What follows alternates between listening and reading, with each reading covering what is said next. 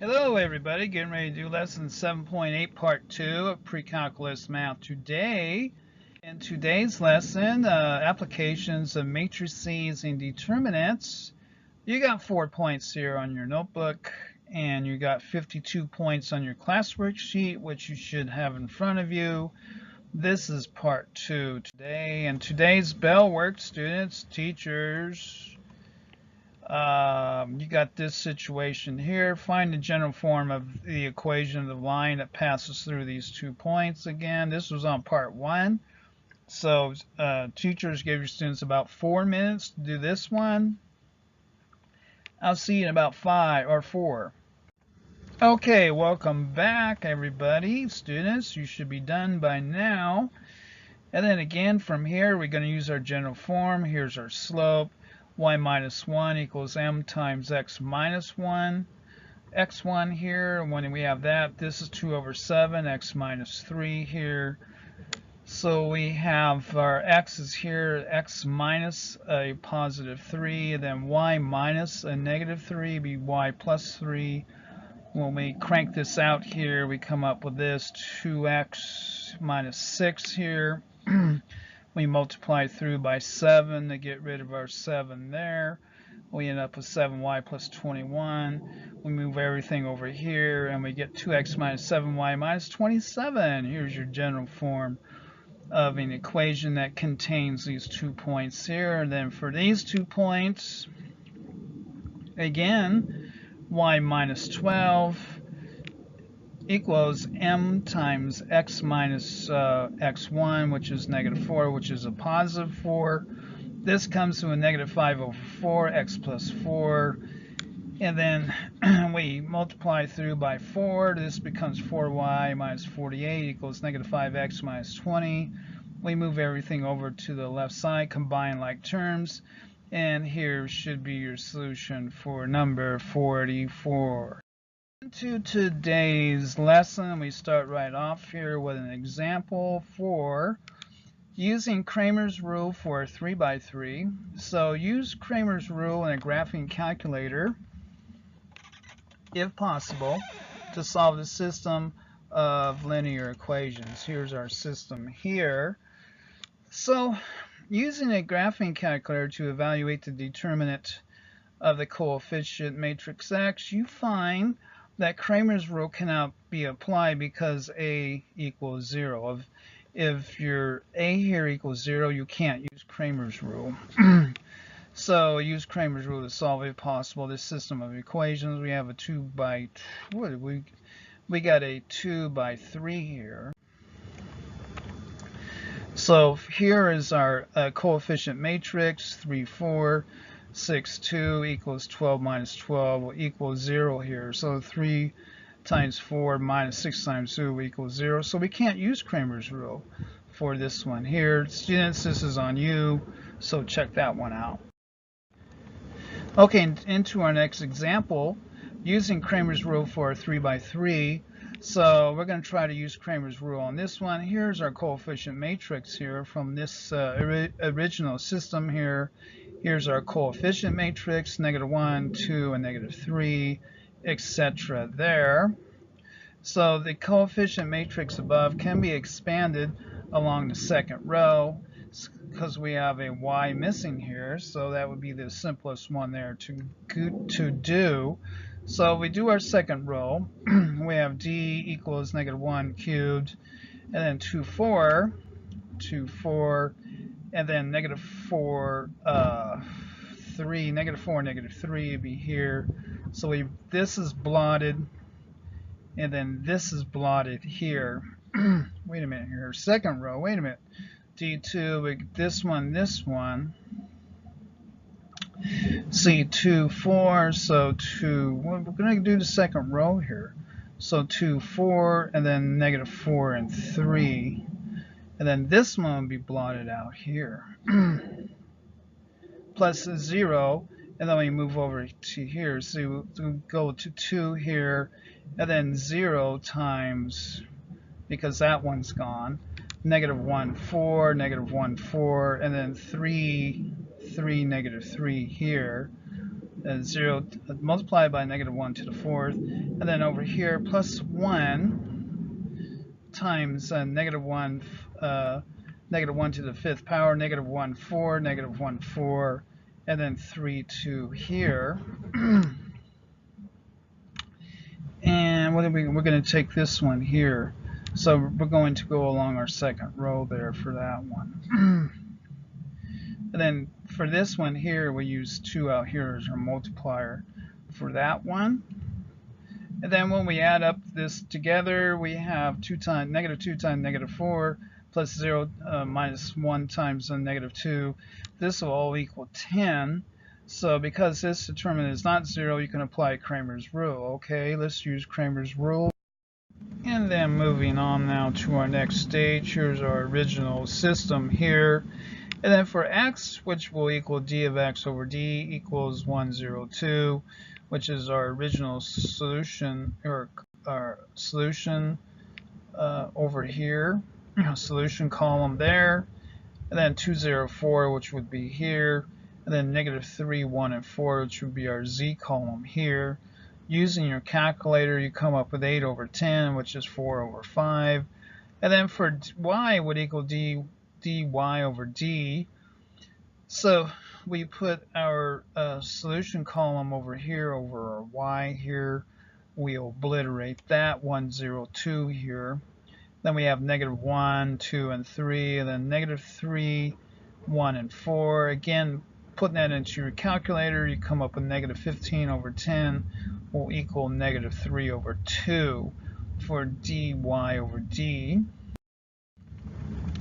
And then finally for our z column here, we have -1, 2, and 3, 204. And then for our z, we plug in our solution column there. We have 102 over 10. Put that into your graphing calculator, you get -16 over 10, which would equal -8 over 5. And then your solution will be here, 4 over 5, -3 over 2, then -8 over 5. So check this in your original solution to make sure it checks out. So let's go into an example here. Our guided practice, use Cramer's rule to solve, if possible, this system here of equations. So our original here, our coefficient matrix, see 4, 2, and 5, -1, 2, and -2, and then 1, 3, and 6. Plugging that into your calculator, you come out with 55. And then for our x here, our 55 will go into our denominator. For our x, we put our solution column over our x. We have -5, 10, and 1, then -1, 2, and -2 from our y column. And then our z column, 1, 3, and 6. We put that into our calculator. We come up with -55 over 55 will give us -1 for x. And then do the rest of it, students. That's on you. Okay, cryptography. A cryptogram is a message written according to a secret code. The Greek word cryptos means hidden. Matrix application can be used to encode and decode messages. To begin, you need to assign a number to each letter in the alphabet, with 0 assigned to a blank space as follows. So here are numbers that are assigned to a letter in the alphabet. Then the message is converted to numbers and partitioned into uncoded row matrices, each having entries. So knowing that we have a way that we can code, forming uncoded row matrices. So write the uncoded row matrices of dimension 1 times 3 for the message, meet me Monday. So partitioning the message, including blank spaces but ignoring punctuation, into groups of 3 produces the following uncoded row matrices. So here we have here. And here are uncoded row matrices here that are assigned up here to this message there. 1, 2, 3, 4, and 5 row matrices here. 1, 2, 3, 4, and 5. Meet me Monday. So that's the way that it's partitioned out. And we have our assigned numbering there for that. Note that a blank space is used to fill out the last uncoded row matrix here. We have a blank here for that. So, okay, well, in these situations here, write the encoded 1x3 row matrix for the message, and, okay, for A here, text me at work. This is an encoding matrix. The uncoded row matrices are the rows of a 5x3 matrix. So here's our rows here. So for that, we have TEX and then TMEA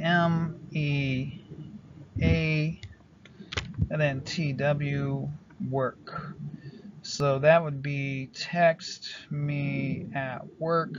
So the encoded row matrices are the rows of this 5x3 here.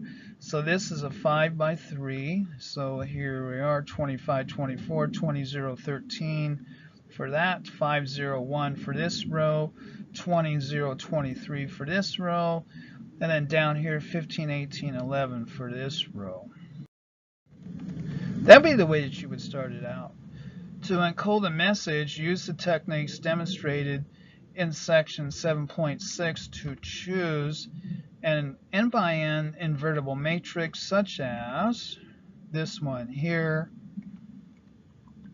and multiply the uncoded row matrices by A on the right to obtain coded row matrices. Here would be an example. So here's uncoded. This is your encoding here, and then you come out the other side with a coded matrix here. 13, 5, 5, and then we multiply that through here by our encoding matrix. We end up with this row here, 13, negative 26, and 21. That's kind of like the process there that is used. So let's try one now. Encoding a message, use the matrix A to encode the message, meet me Monday. So here is our matrix A here. The coded row matrices are obtained by multiplying each of the uncoded row matrices by 13, 5, 5. So found in example 6 by the matrix A as follows here. So our encoded row matrix would be here, 13, 5, 5, which is MEE, and then we multiply this by our encoding matrix A, and then here's our coded matrix out here for that.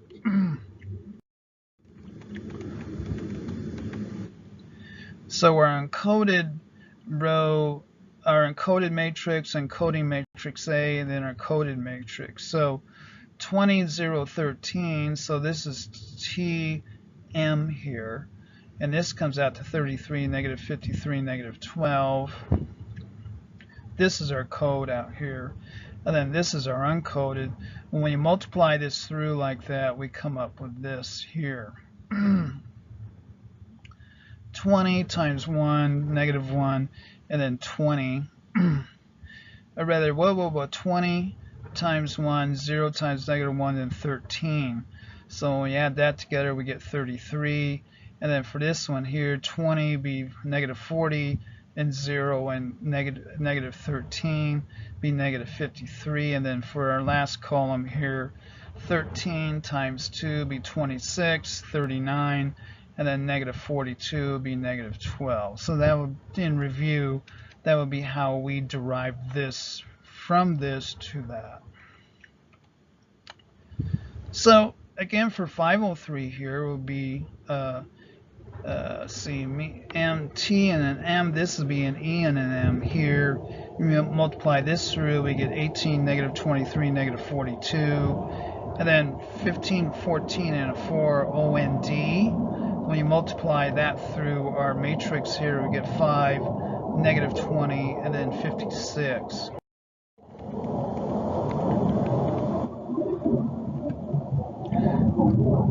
So, and then our last row matrix here,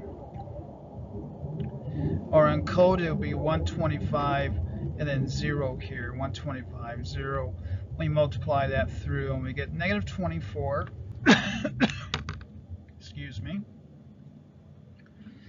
Negative 24, and then 23 and 77.